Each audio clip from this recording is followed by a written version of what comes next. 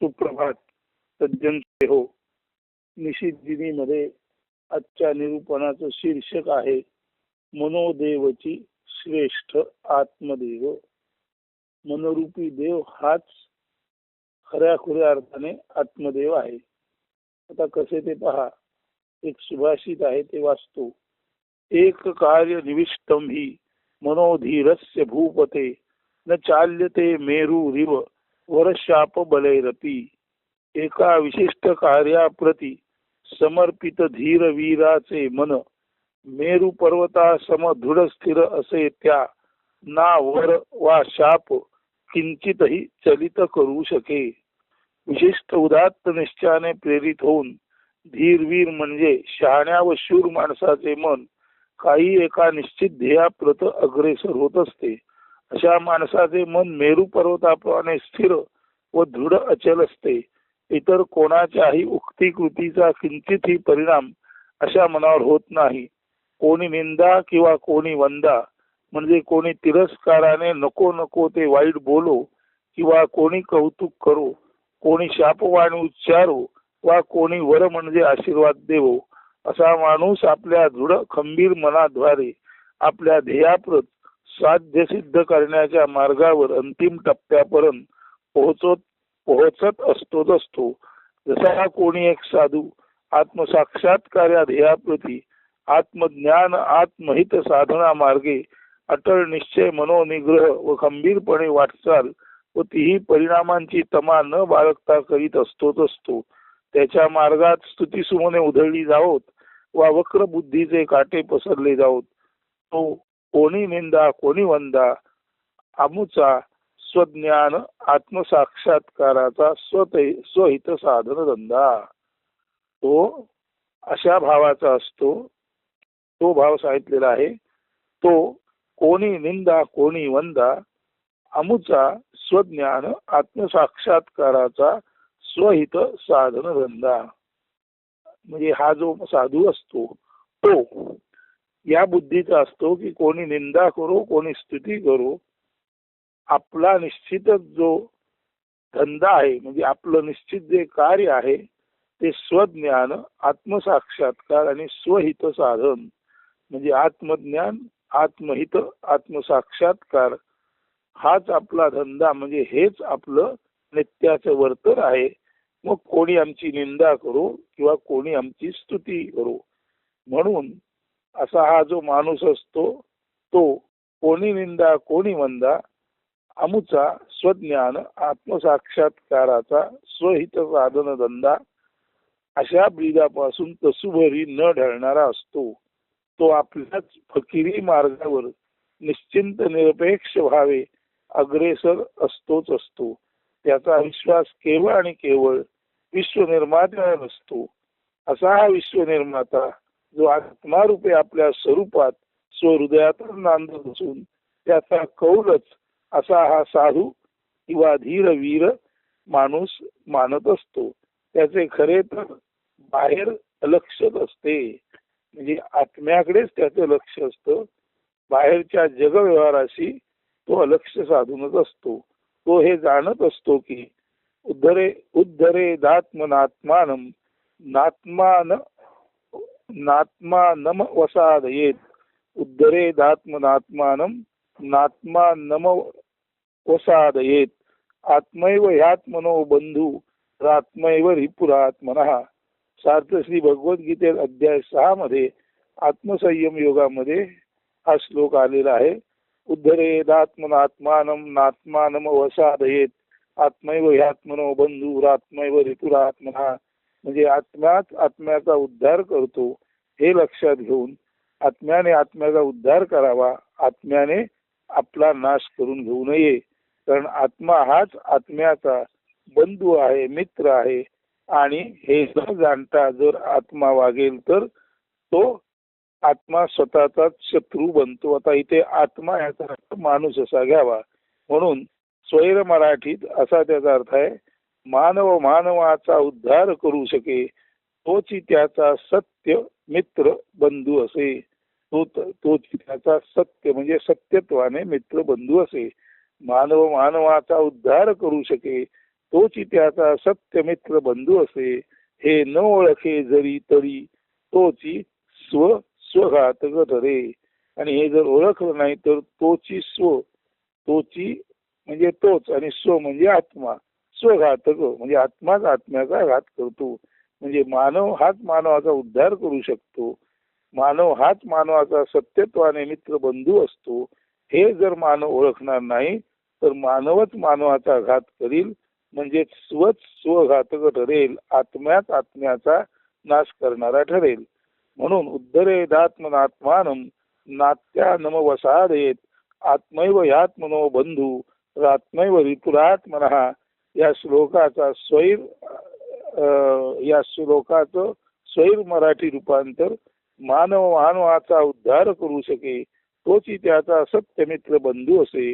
हे न ओळखे जरी तरी तोची स्वघातक ठरे. अधिक सोप्या शब्दात हीच गोष्ट याच्या आधी ही वरचेवर आपण ऐकलेली आहे.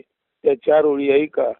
तीळ तीळ तीळ संसारिका गुंतीसी मना मन मन मन दुःखात का कुंतीसी मना क्षण क्षण क्षण जीवन व्यर्थ का घालविसी मना कण कण कण आत्मैक्य कान साधिसी मना. मराठीत एक म्हण आहे, आधी गुंतू नये नि मग कुंतू नये. त्याच म्हणीवर आधारित तीळ तीळ तीळ संसारिका गुंतीसी मना. हे मना, तू ज्ञानी असताना तिळा तिळा तिळाने या संसारात म्हणजे माया मोहरूपी या जगाच्या व्यवहारात का गुंतून घेतोस. आणि एकदा तिळा तिळा तिळाने तू माया मोहरूपी जगत व्यवहारात या खोट्या जगामध्ये गुंतलास तर अर्थातच तुझी पुढची अवस्था मन मन मन दुःखात का कुंतीसी मना. जेव्हा आपण तिळा तिळा तिळाने असत्यामध्ये मायेमध्ये गुंतो तेव्हा तोच ते तिळा तिळाचं गुंतणं पुढे आपणाला मनाचं दुःख भोगायला लावतं आणि कुंथायला लावतं. म्हणून तीळ तीळ तीळ संसारिका गुंतीसी मना मन मन मन दुःखात का कुंतीसी मना. पुढे म्हटलेलं आहे क्षण क्षण क्षण जीवन व्यर्थ का घालविसी मना. आपलं क्षणाक्षणाचं जे आयुष्य आहे ते संसारात गुंतून आणि दुःखात गुंतण्यासाठी तू व्यर्थ का घालवतोस. कण कण कण आत्मैक्य कान साधिसी मना. या उलट कणा कणा कणाने आत्मैक्य म्हणजे सर्वाभूती भगवंत म्हणून तो आत्मा आहे याचं ज्ञान ठेवून सर्वाभूती भगवंत असलेल्या त्या आत्म्याचा कौल त्याचा निर्णय म्हणजे तुझ्या सुसंवेद्य आत्मस्वरूप शक्तीला मानून तू का जीवन जगत नाहीस. म्हणजे वर जे म्हटलेलं आहे आत्माच आत्म्याचा उद्धार करू शकतो आणि आत्म्याच आत्म्याचा नाश करू शकतो. जर आत्म्याचं निश्चित ज्ञान असेल तर आत्मा हा आपला मित्र आहे, बंधू आहे. आणि ते ज्ञान नसेल तर आत्माच आत्म्याचा घातक आहे. म्हणून मानव आहे आणि त्याचा आत्मा आहे. मानवच मानवाला नीट ओळखू शकला तर, मानवच आपल्या हृदयातील आत्मरूप जाणू शकला तर कधीच तो तिळा तिळा तिळाने संसारात म्हणजे मायेत गुंतणार नाही. आणि असा संसारात गुंतून मनामनाच्या दुःखाचा भोग त्याच्या नशिबात येणार नाही. ऑन द कॉन्ट्ररी, तर उलट्या अर्थाने वेगळ्या अर्थाने त्याच्या लक्षात येईल की आपल्या हृदयामध्ये जो आत्मा आहे त्याला आपण जाणलं तर क्षण क्षण क्षण जीवन व्यर्थ का घालविसी मना. तर क्षणाने आपलं जीवन व्यर्थ घालवण्याची त्याच्यावर वेळच येणार नाही. आणि खऱ्या अर्थाने कण कण कण आत्मैक्य कान साधिसी मना.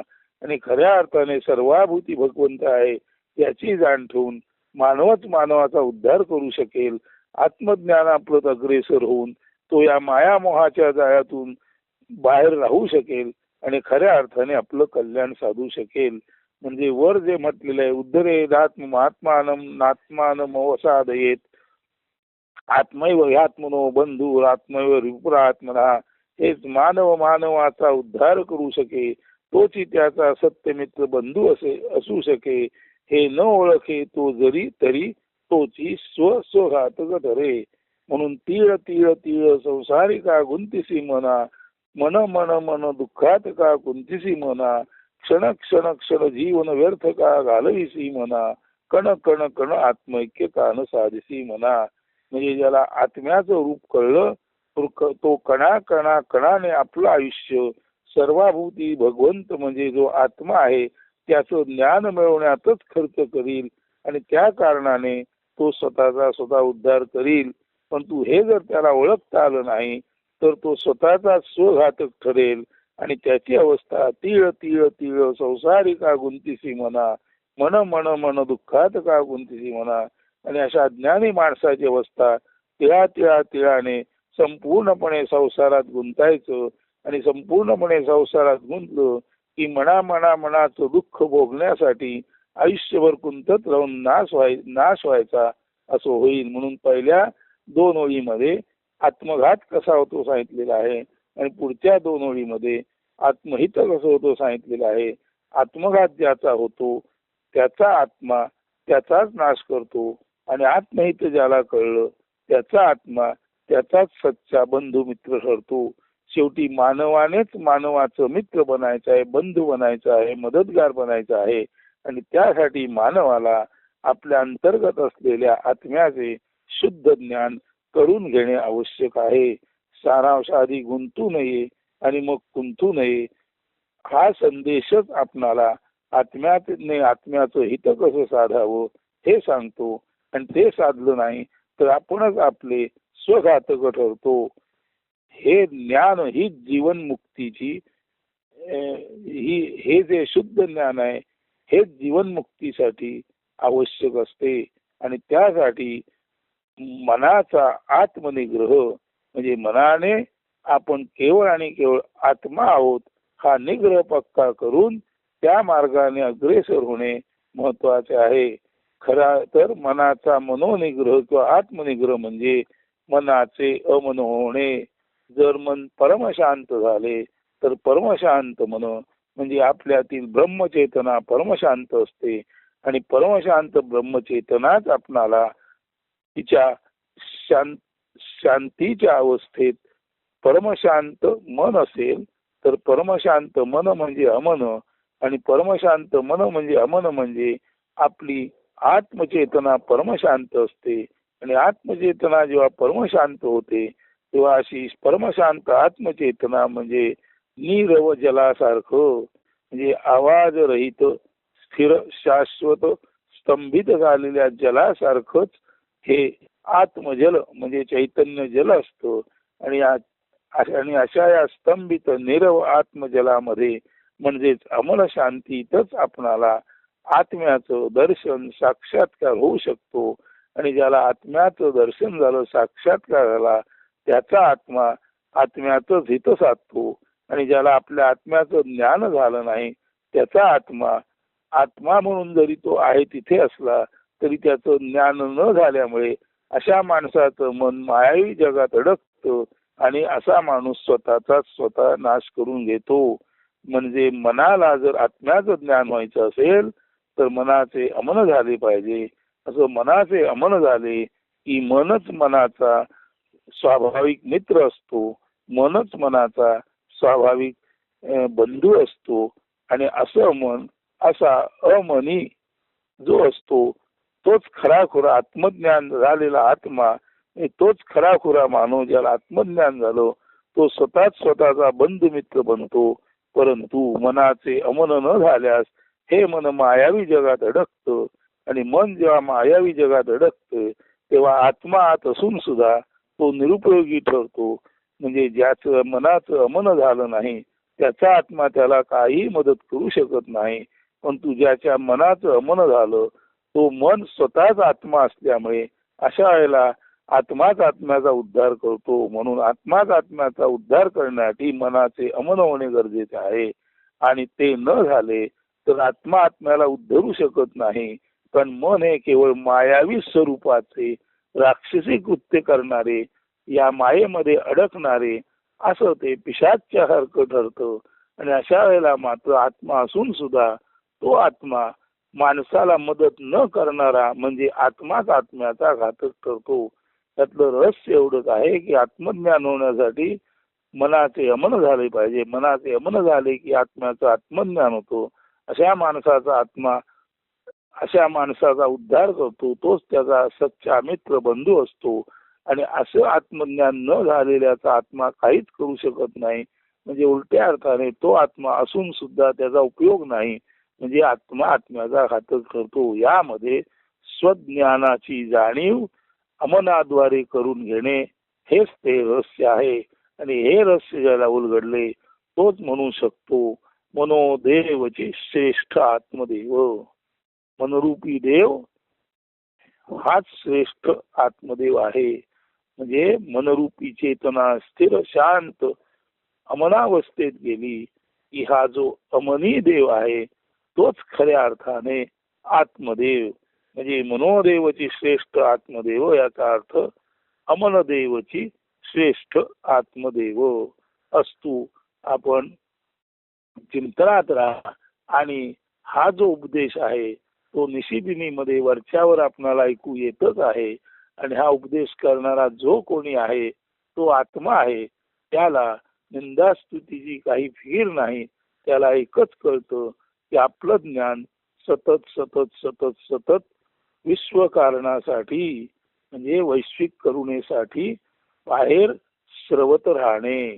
तेव्हा अशी ही निशिदिनीची मेघवृष्टी पहा आपणाला पटवून देऊ शकते का की मनोदेवची श्रेष्ठ आत्मदेव किंवा अमन हाच तो आत्मा. विचारात राहा, चिंतनात राहा आणि पहा या निशिदिनीच्या मेघवृष्टीचा आपणावर काही परिणाम होतो किंवा कसे. या मेघवृष्टीच्या वर्षावात आपला मनमयूर खऱ्या अर्थाने अमन परमशांत आणि संतुष्ट होतो किंवा नाही याचा अनुभव आपण घ्यावा हीच विनंती. धन्यवाद. अस्तु. सुदिन सुप्रभात.